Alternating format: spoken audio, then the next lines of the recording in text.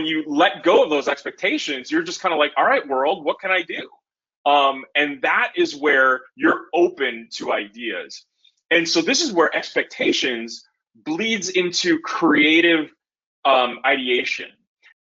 Everyone, this is Tim Hinton, the Beast of the Marching Arts. Thanks for listening to another episode of the Marching Roundtable podcast. With me tonight, award-winning children's book author and illustrator, DJ Corchin. How are you, DJ?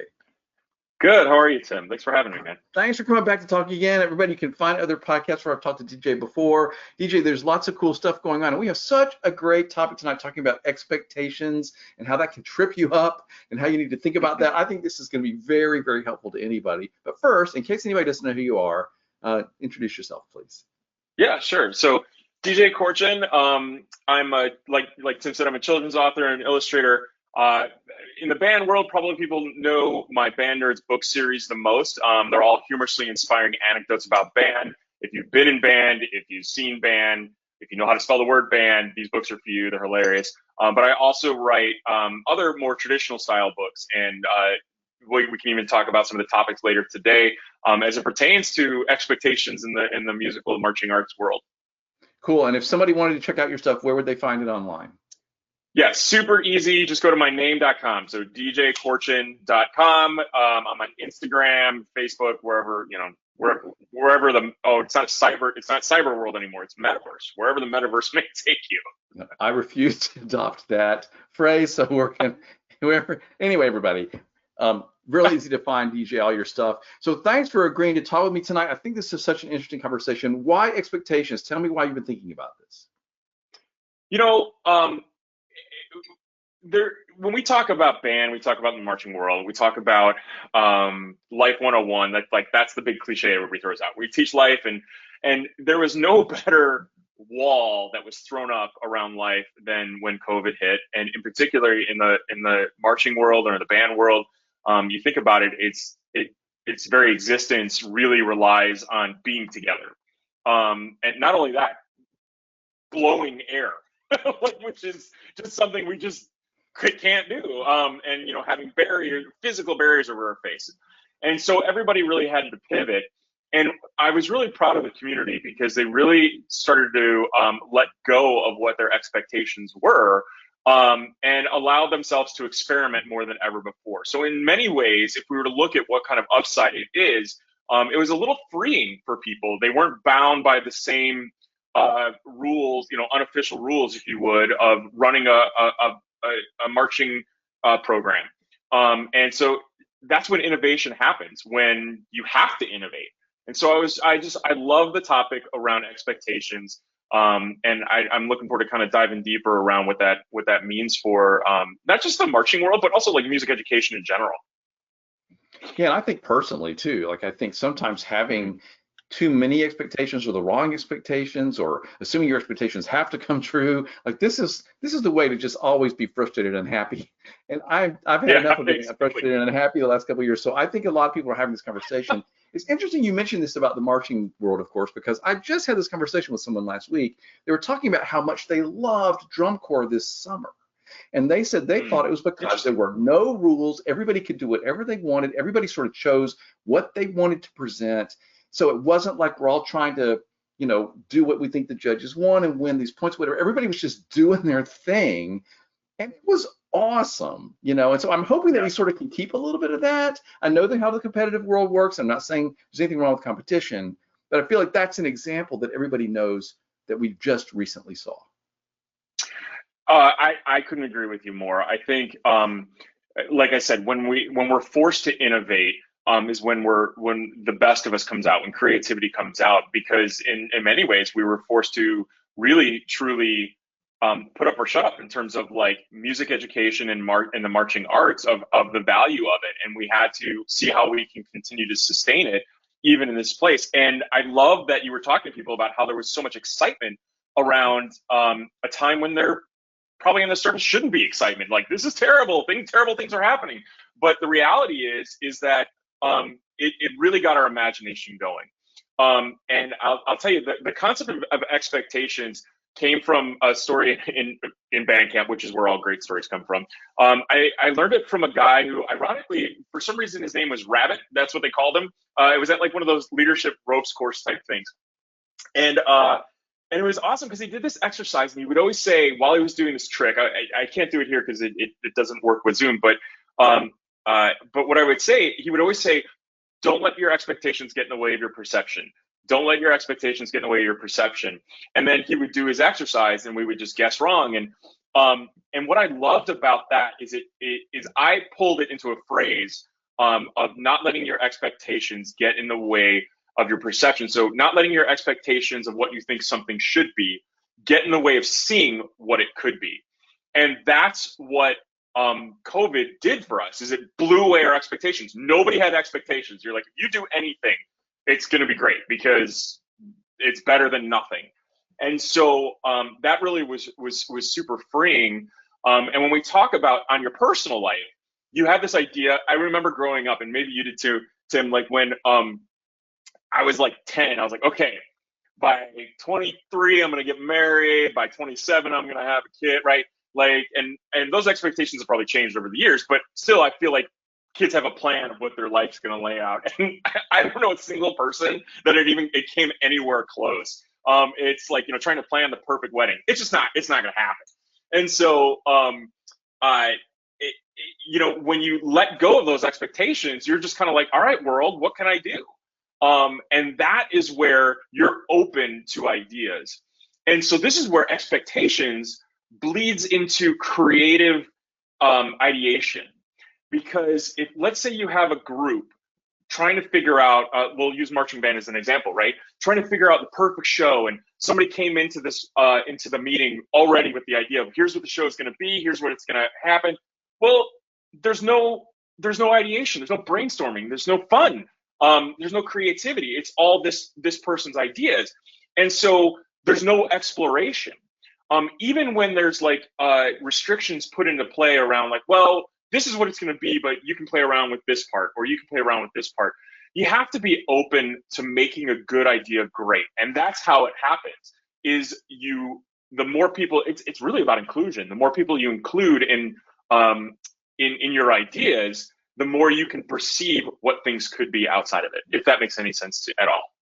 No, absolutely. I mean, as a creative person, I understand this really intimately. Like the fewer expectations I can have up front, the better things often go, or at least the more parameters the more ability to try new things, go outside the box. This is something band directors are really bad at.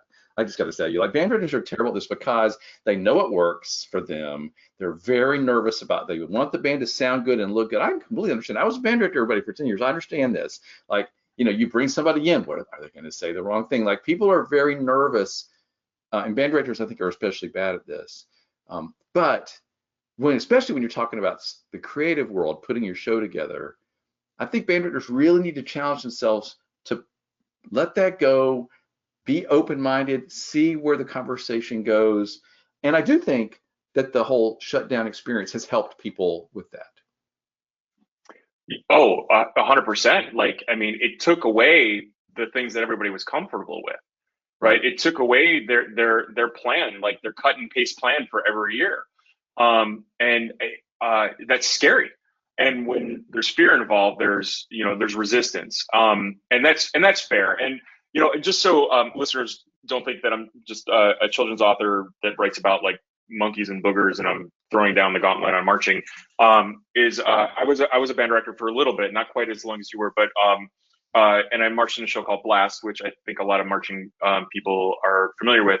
But when I was teaching, the hardest thing I had to do wasn't the kids; it was other adults, right? Like, how do you bring together people that are strong opinion, and we all know band directors can be strongly opinionated, but also different ways of working, different concepts of leadership, different ways of having programs. How do you bring those people together and create a culture of positive brainstorming? So this is where, one of my children's books is not specific about band, but highly is based off of like band directors. It's called 1,000 No's.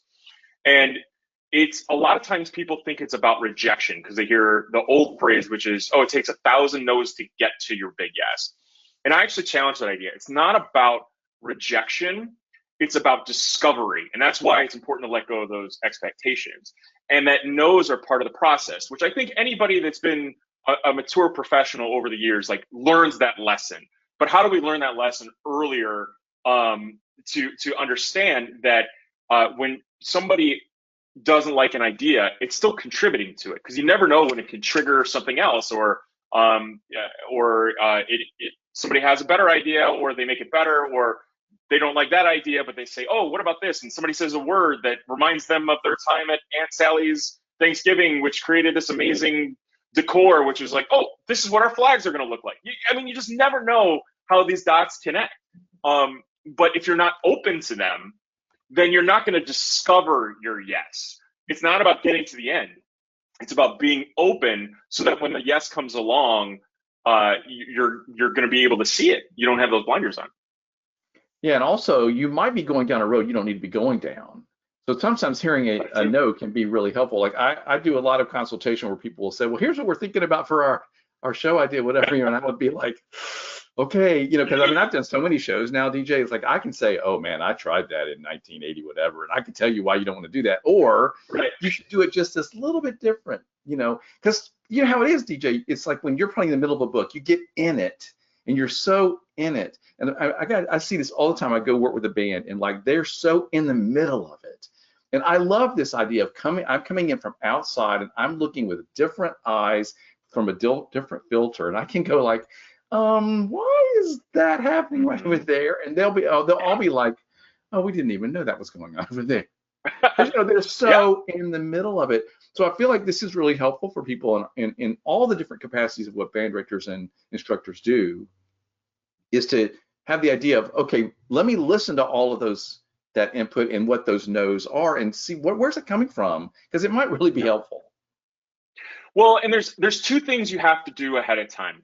One is you have to establish that this is going to be your culture. That you are, hey, listen, we want to hear it all, but we can't go with it all. So thank you for providing all these no's so that we can discover it. You have to establish that first. Otherwise, people don't know that that's what you're doing. Otherwise, they just think you're, just departing your knowledge on them and, being holier than thou around that. But that's not what you're doing. You're trying to help them. The second thing that you have to do is establish a baseline of what you're trying to accomplish.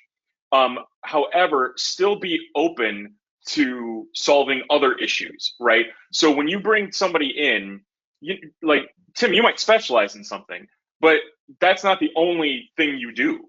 And so you have to be open to letting go of the original goal and saying, oh, we actually are going to solve this problem because this is better. So again, it's all about discovery in all aspects of it and all facets of it. Yeah, I love that you just said that, because everybody listening to this, by the way, we just did a webinar with Tom Hooten, who is the principal trumpet in the LA Philharmonic, but probably the best trumpet player on the planet, if not one of the top, or a few. And this is so interesting you said this, DJ, because he talks about when he works with young trumpet players, they come to him, they play for him, he says a lot of the time he ends up not talking very much about how they're playing their trumpet, but about things like, well, time management or goal setting, or like things that are about their life that are in the way of them being able to spend the time they need or have the right perception toward their work with the trumpet. So it's really interesting. Like, the world is not black and white, and there's a lot of things that influence success. Oh, so one of the books I'm actually writing, I'll let your listeners in on a little secret. Nobody knows this yet. Is I'm writing a children's book all about you can be more than one thing, and awesome. you should be, right. So when we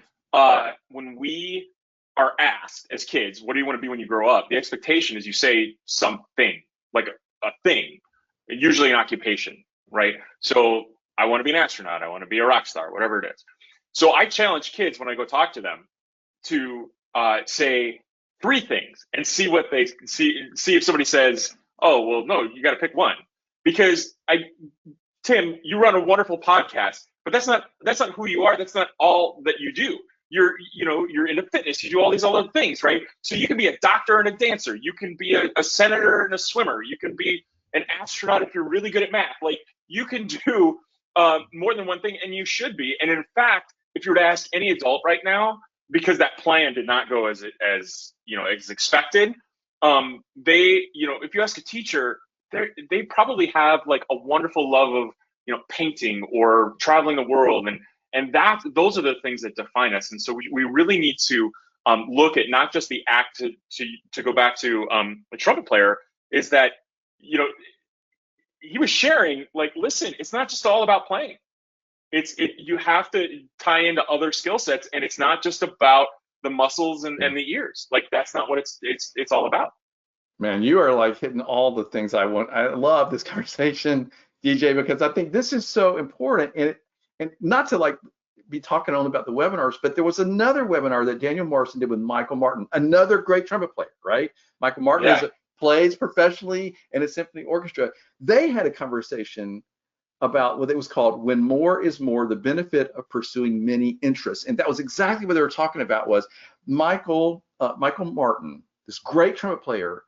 He tells the story on that. And this is I love that you have a children's book about this, because I think this is so valuable. Parents want their kid to decide to become a professional baseball player at age 11, and I'm like, that is the worst thing that could happen to a kid anywhere. Anyway, Daniel and Mike Martin are talking about when he was trying to audition to get a job as a professional trumpet player in a major symphony orchestra.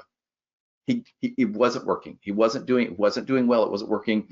He decided to start doing CrossFit. He tells this story in the webinar.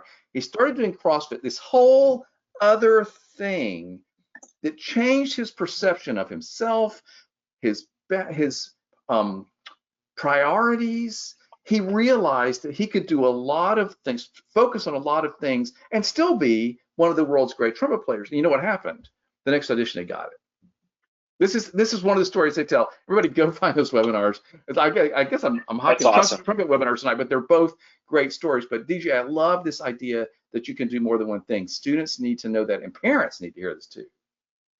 Well, and those are really great examples of amazing players. And what I would say is the creative types, this is forced upon them because how do I say this? We don't make a lot of money and generally. And so we're forced to find other skills to do this.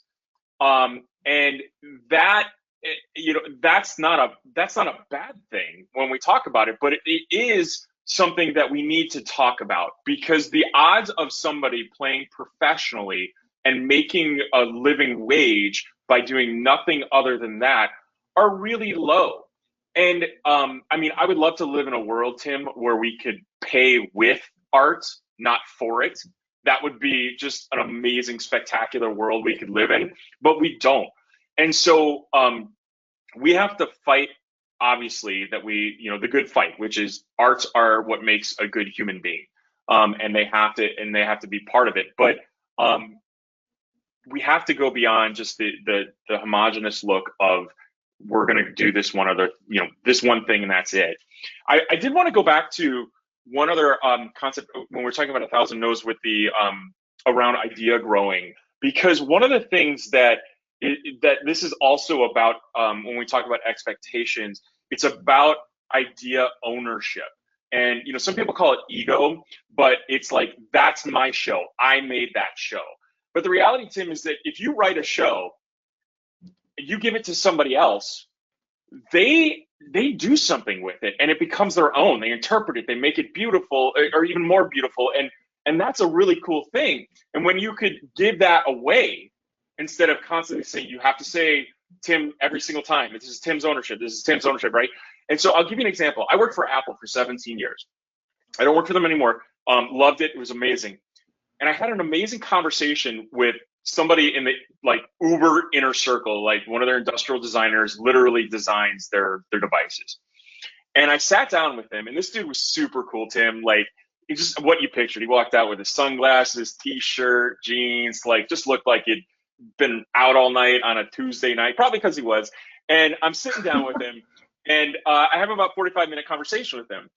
And I was being a little cheeky, and I asked him, I was like, "Hey, man, like when at the time it was Steve Jobs, it wasn't Tim," and I said, "Hey, when you see Steve up there and he's like presenting the next iPhone, and you hear that voice come on, and it starts turning and showing the corner of that iPhone and that really slick corner, do you ever sit back and you go, that corner? I did that. I designed that." And I thought I was being like funny and kind of like honest about it. And he just didn't crack a smile. He didn't think it was hilarious at all. Like, and DJ, it's my worst impression of him, but it's actually pretty close. He goes, it's not like that, man. I go, what do you mean? He goes, even if I developed that corner, by the time it got to that picture up there, so many people had added their creativity to it and changed it that it was ours, and he had zero ownership of it. Like, the dude didn't go around saying like, yeah, I designed the iPhone. He just doesn't talk that way. And it was all about, he didn't have that ego around it, and the idea became whatever version of the iPhone that everybody went crazy for. And I think that is such a wonderful way to teach. I think it's a wonderful way to build a program. I think it's a wonderful way to teach building a program with student leadership. Imagine having a world where the students didn't care if they got like credit for like whatever amazing idea it was. It was just all about that it made the group better and the band better. And it's selflessness, it's ego, but I mean, and it's the band director's job to throw out the recognition and make sure that they feel good about it. But imagine working in that kind of atmosphere. Like that would it blew my mind. It was a life-changing conversation, even though I felt like a total, jerk because I was trying to be funny and it wasn't time to be funny, I guess. Yeah, but I mean, you didn't know him that well, and that's a totally legitimate interaction. I love that. I gotta tell you, I'm sitting here thinking, what this is making me think of, everybody, is I've done over 1,000 podcast recordings now. I've done hundreds of webinars. I've been really lucky to get to talk, DJ. I get to talk to like the best people. Like they're so smart and they're so talented. And I've talked to a lot of people. But what's interesting and what's absolutely true is what you just said, which is the people at the very, very top of their game. People winning DCI, winning Bands of America, either designer, instructor, band director, whatever they are, man, they never worry about or focus on or think about or talk about like who did what. It's like, look what we all did. They're always that way, and I will talk to somebody who wrote a drill for a DCI winning corps, and they're all like, oh no, this wasn't me. Like, this was a team. Like, they will say that every single time because it's true. And then, of course, if you ever meet young designers who are not so sure of themselves and can have a lot of that ego in there, then they do want the credit. And I think that just has to do with, when we're all young, we're insecure, we need that sort of build up from people. But I guess the point is, the more you become a mature professional in your profession, the less and less that matters. The more it's about the kids, the more it's about the show and not about you. And that has played out with every conversation I've had for the last 10 years. I couldn't agree more. I would say seasoned validation is more impactful after you've had that experience than quick validation with no patience. Like, you talked about the young versus old, it's really new versus experienced. Like, somebody that's at the top of the game that's been doing it for years, they still get that validation, right? That comes, but it's so much more powerful when you've enlightened lives and made people better because of it. That to me is so much, like, I think about some of the high school band directors that have been around forever that are like that you said, right? They would never say like, oh yeah, my group's amazing. right? They would just never say that. Just they don't use that phrase. But if you talk to some of the newer people, and to be fair, like um, sometimes that's how careers are made. That validation. Like I don't Oh, want to no, I don't totally mean to just be, say like, hey, it's not worth anything. Yeah, yeah, I don't mean to be talking down to anybody who's in that place because we've all started there. We all need to grow. But my sure. point is Yeah, be aware of the concepts and the thinking around the people that are doing this at the very highest level. And I think it goes to expectations too, because those band directors at the highest level, they really do most care about the experience their students are having and yeah, building great citizens for the future. Like that's really what they think about. And then you know what? They happen to win Grand Nationals. Okay, that's awesome. I'm so happy for my whole yeah. team and my students. But like, what are they really focusing on? It's like, how can I make my students grow and be better? So again, that's what their expectation is. Their expectation is I'm building great kids through teaching music, not my expectation is can I win the next contest? That's a Right. huge Well, hopefully. sea change. Yep. Well, and so I propose a name change that instead of uh, music educator or instead of music educator, it's educator of music, right? Because I think there is as a writer, I'm a big fan of words and meanings of words, and that educator of music, education comes first, right? And there is a difference between education and schooling that hopefully any like mature professional will recognize and acknowledge. But we talk about it all the time, and that's why people are say, "Oh, my band director's, my favorite teacher," not because she or he won Grand Nats or DCI, whatever it is. It's probably because well, when their grandparents got sick, they listened, you know. And so again, I think you can tie this back to expectations. Is like, what's your expectations of your profession? And can you let go of those and discover what impact you could actually make? I remember going into college and saying, I want to be a band director. And that's really what I wanted to be. I wanted to be a band director. And I think, because everybody's, I mean, well, I shouldn't say everybody. I was really stupid at that age, but is it was important to me to have a band program, and I was wrong, and I missed it, and that's not. And I remember my first year teaching, getting a huge education around that, and I'm so glad I did because it just it flipped my heart around right in the right way, and it just got the blood pumping in the right direction. So yeah, when we talk about expectations personally, it's like, well, okay, what's your expectation of what you want to accomplish in whatever, whether it's a marching band program or, a successful podcast or an educator. Yeah, and just to reference back, I mentioned the Tom Hooten webinar. He also tells a story of the turning point in his trumpet playing when he was a student learning, was with the day that he decided to stop thinking of himself as a trumpet player and start thinking of himself as a musician. And it flipped a switch in his head, and all of a sudden it took some pressure off. It changed his concept, and suddenly he was playing differently. And everybody was asking. He said literally the next week, everybody was saying, "What did you do? What happened?" And that was the switch. So I think that's so interesting. I love this educator of music. That's really interesting. Um, in your work, are you trying, like, what's your expectation for the next book you're writing? Like, is it, I want to sell 1 million copies, or is it, I want to create something I love, or I want to create something that moves kids or inspires kids? Like, how do you manage your own expectations in your work? Well, the quick answer is yes, I'm going to do all that. But the more thoughtful answer that I think I could provide is I get asked this in a different form by like elementary kids all the time, which is why do you want to be an author?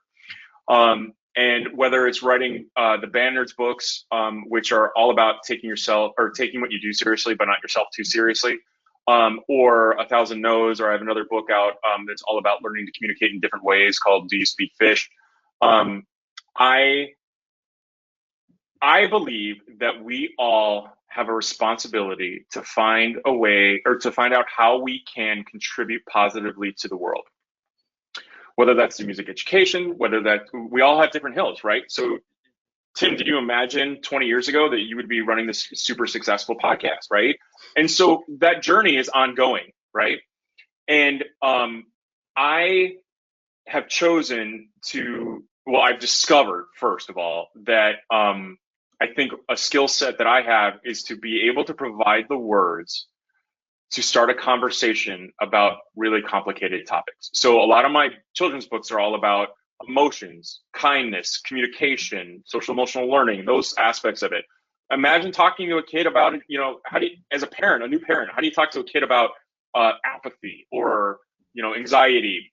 If you've not, I'm not a therapist, I'm not a psychologist, but I can help provide the words that would start the conversation. And I did that in the Band Nerds books too. There's all these like multi-layered humorous metaphors that hopefully will spark questions and really make us think about it. So my expectation for myself is, first of all, that I'm open to changing those expectations and being aware of where I can make a difference. That's I have to live my own truth here. And actually I could tell you a funny story about 1,000 No's with that down the road. But and then second of all, that's kind of my North Star right now, because that's where I can make the biggest impact in my community, in my world, for my children. And I think it's important that my kids see me exploring, even at my age, versus, I saw a quote on, where all the best quotes are, which of course is Instagram. And everybody's giving their life lessons, but one stood out, which was, so the quote that I saw on Instagram was about you decide who you're going to be and solidify that between like ages 18 and 25. And I think that is such a that it's very representative of what we value in the pop world right now, right? It's like, if you're not, if you haven't like figured it out and made it big by 25, forget about it. Which is the dumbest thing I've ever heard, because I didn't know anything. Even if I would have been a millionaire and successful, I still didn't know anything until I gained so much more life experience. And I really think we need to change how we value expertise and experience. Part of it is because we all think we can figure things out on the internet. We don't need expertise anymore. And I know there's a huge debate about that. I'm definitely on one side of that argument. There's a debate about that? That doesn't seem debatable to me. I mean, we clearly need experts. But anyway, moving on. Go ahead. Yeah. And so, like, I really think that we need to pace ourselves when we talk about expectations too, because like I said before, we had this idea of like growing up, this is what it's supposed to be, and you had it planned out. But, I feel like I didn't really start to experience life in a really meaningful and thoughtful way until like my late 30s. And then I had a lot of regrets that I didn't ask the right questions of people that I lost by the time I got to that place, to gain that. And so I think, when you talk about, you were giving me, whether it makes the edit or not, you were giving me some really wonderful life advice. I do think the one regret I do have about getting older is missing the chance to talk to people that we don't have with us anymore, because I think that would have helped shape my perception about what it could be.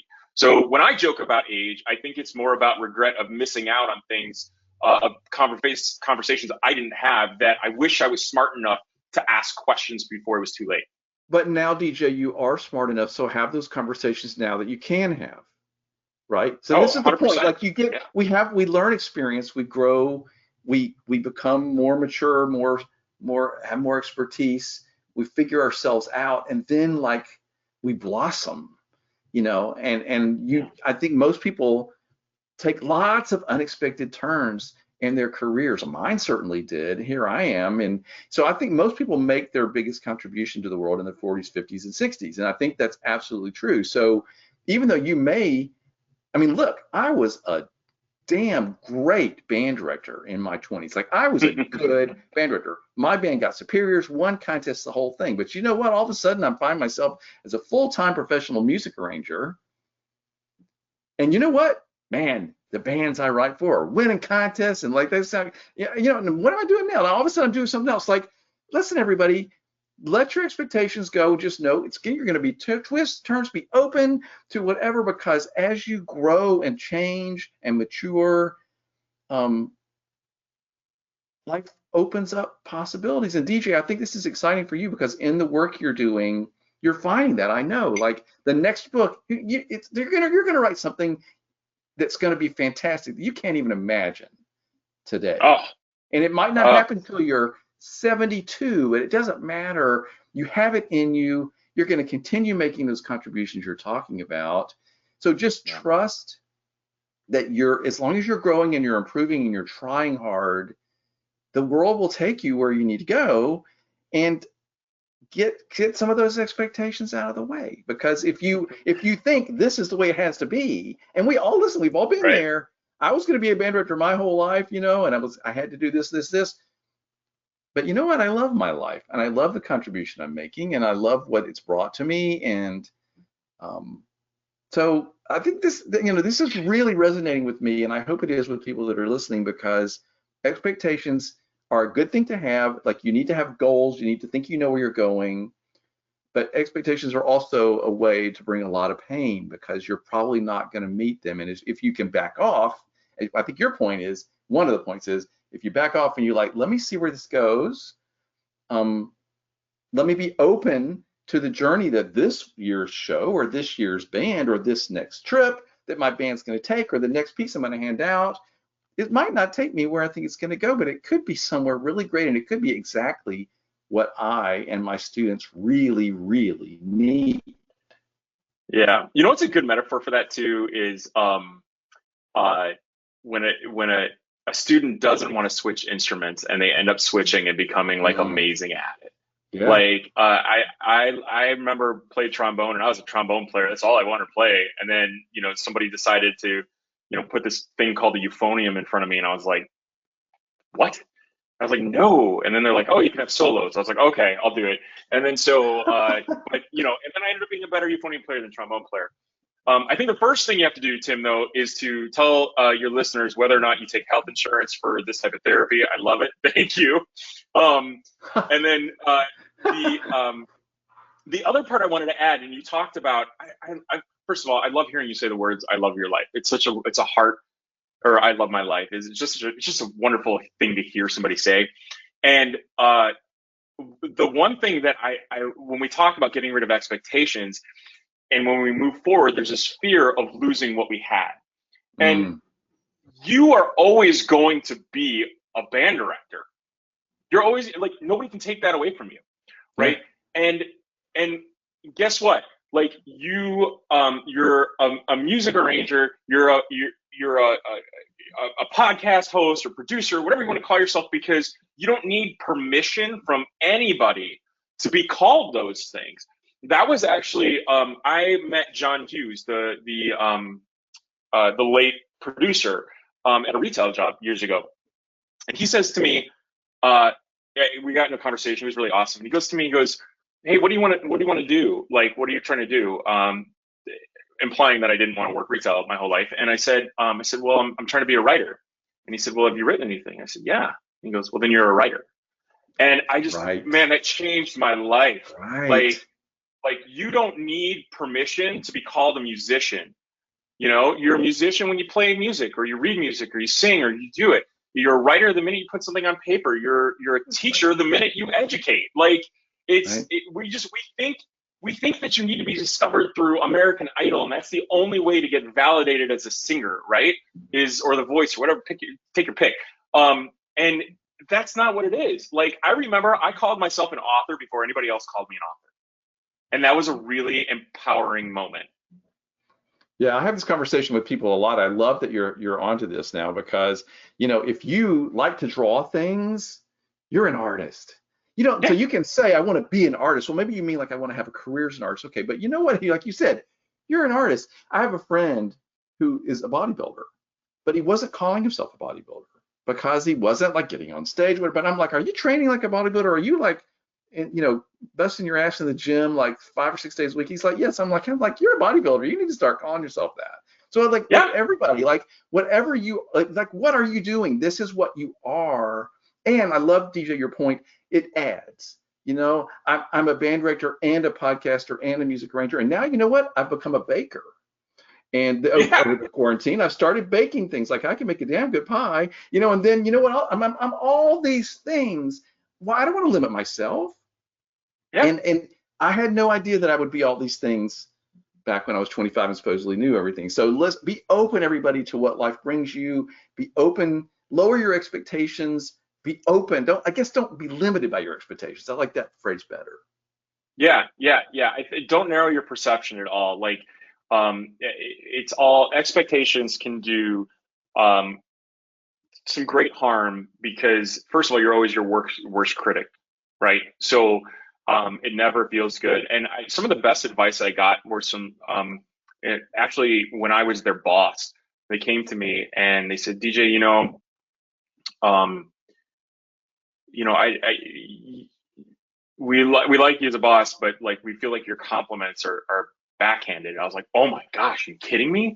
And I said, please tell me, because this person was like well liked, like amongst the team, and I was like, oh, this is a big deal. So my ears were wide open. And he said, it's not like you don't mean them, but you don't take enough time to celebrate the wins. You're always going to the next thing, right? So it's like, oh, that was good, but we can do better. That was good, but we can do better, right? Because I had this expectation of where we need to get to. And imagine a band director that never gave like positive feedback and just said, you can do better. And then hit it under the guise of like, I'm pushing them to make them feel better, right? Like, or to make them into better, harder people or whatever it is. Instead of taking the time to celebrate those wins, and letting go of your expectations of where you think something should be up there. I think that's a huge lesson for band directors to have, because kids want to know that they're succeeding, and taking time to celebrate the wins. Yeah, we need to start wrapping this up, unfortunately. But I will tell you, to that point, I can tell you that the greatest experiences I've ever had watching a marching performance or a Broadway show or any kind of performance, it was never the perfect one. It was the Yeah. one where the emotion and the feeling and with all that was there. And all of us know that if we stop and think about it. So, I'm working hard to let go of my expectations as a perfectionist. That's one of the things I've been thinking about. The other thing I love too, DJ, is you are also this also requires us to be very vulnerable and sort of authentic in our world. And that's a conversation I've been having a lot with people over the last couple of years, actually over the last 3 or 4 years. People started talking about being authentic and honest and vulnerable in front of their students. Because if you are vulnerable and authentic in front of your students, you give them the opportunity to be that back to you, which is a Yeah. wonderful, wonderful gift you can give anyone. So that's in the mix of this conversation. I'm a little bit off on a tangent, but we need No, to there's start. social We emotional need to. learning wrapped up here. Yeah, no, we need to start wrapping up. Unfortunately, I mean, I would sit here and talk. I love this. Obviously, we're both really energized by this conversation. I love this topic. But what would you want to say as we're starting to wrap this up? Final thoughts or something you want to make sure people take away? Well, I feel like I left a lot of it on the table. But what I would ask of everyone, um, is, the world's a tough place. But it's also filled, not to be cliche, but it also filled with a lot of beauty. Relax, have a cupcake, chill out. We're going to get there together. We need to make things, we need to learn to listen to each other. We need to have respect for people, for each other. I really feel like there's great wisdom in lessons that were already learned. So let's make new mistakes. Let's really talk to each other about our past misses. When you're talking about that vulnerability, like, here's what I learned. My next book that's coming out is actually about me passing on my mistakes to my daughter so that she can make new mistakes, so she can learn from that. So I just encourage everybody else to do that as well. That's like my serious moment for the topic, I guess. Well, DJ, I love that you are. I mean, really, everything that you've discussed about the work you're doing, it's like good stuff. It's important stuff that people need, the world needs, that students need. So I hope everybody go check out your stuff. Just search for DJ Corchin in all the different places in the world. that you can find it. And I think I love that you're doing this work. So keep fighting that good fight and being honest and vulnerable in the work you're doing. And I like that you're helping, a young reader tackle things that are hard, and you're helping to give them those words. Like, that's such an admirable thing to be doing. So I just want to say thank you for doing that work. Well, I appreciate that. I think there's a parallel there with the work that you're doing and amplifying voices that way too. So thank you. Well, thank you. So, all right, this has been so much fun. Everybody check out DJ stuff. DJ, hopefully you come back and we'll do this again sometime. Yeah, no, for sure. Anytime. I could talk for hours. I've enjoyed this very much. Thanks for talking to me.